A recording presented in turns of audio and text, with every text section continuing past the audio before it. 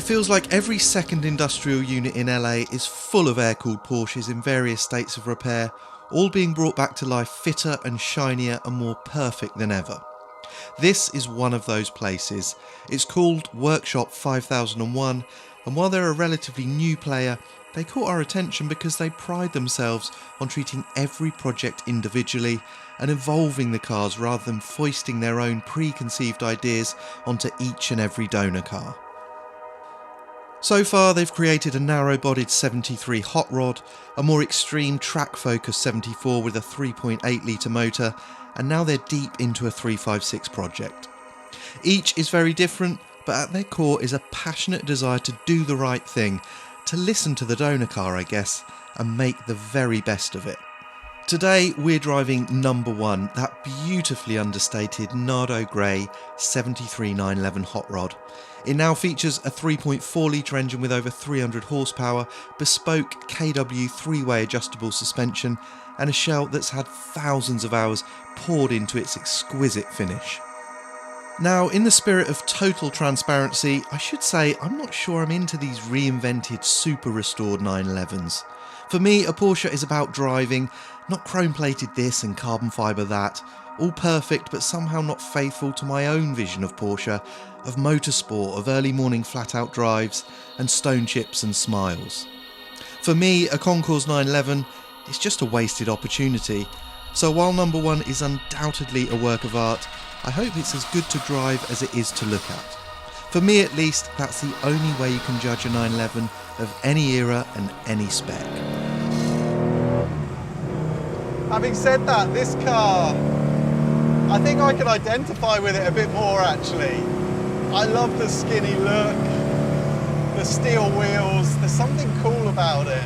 And rather than trying to exaggerate what the 911 form is, it just sort of celebrates the purity of that form. So straight away, that idea of enhancing and celebrating what the 911 is, you feel it in here. There's a real tightness, a real control to it, but most of all, and what I'm most pleased about, it feels like an old Porsche 911. So what does that mean? Well, the one thing it really means is that this car feels amazing and unique at low speed. That's what 911s have always had. That's gone away a little with the 991.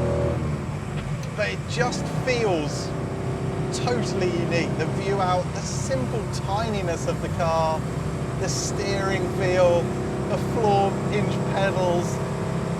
There's just something really timeless about this experience. And as new cars, all new cars, and the 911 in particular, move further away from this natural feel, it just becomes something that's even more precious and that should be retained and celebrated in cars like this. Okay, when you start to go a bit quicker, what happens? Does that quality remain? Well, it definitely does.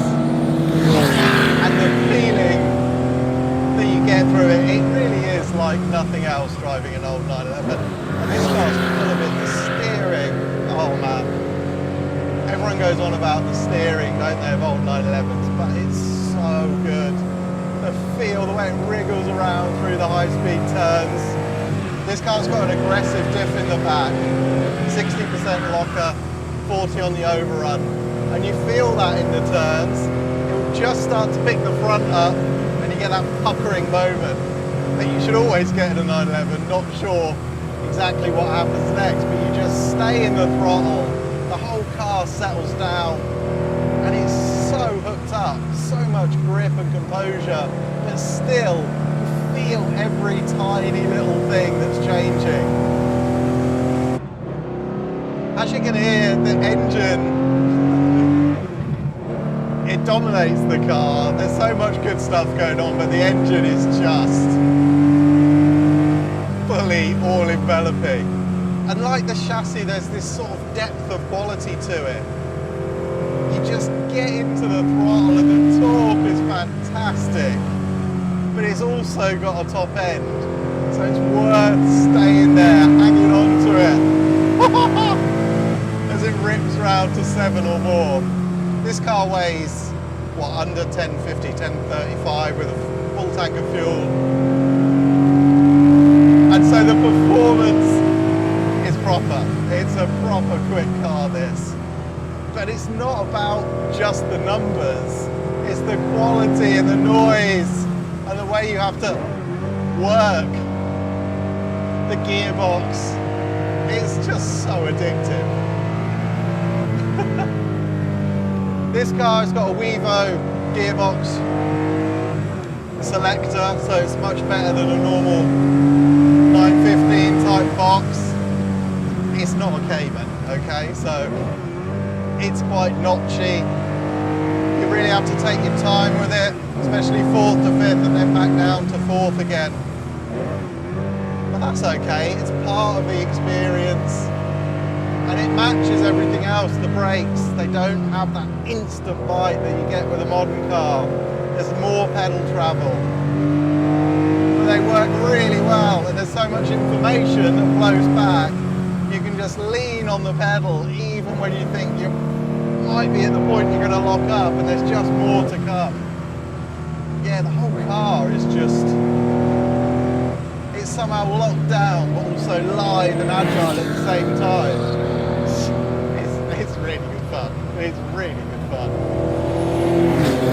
It's the classic 911 feel that you dream of, that nimbleness, but just made faster, more secure, just more exciting, and just plain better. These guys, they understand what a 911 is. My worry about the over-restoration of this car, cars like it, in this case, hasn't materialised. This car's built to drive. It looks beautiful. I would happily park it in my front room. But the best place to admire this car from, right here. It's a proper car. It's a proper Porsche. Well done, Workshop 5001. You have a new customer. Well, you would do if I could actually afford one of your cars. What do they could do with my 996?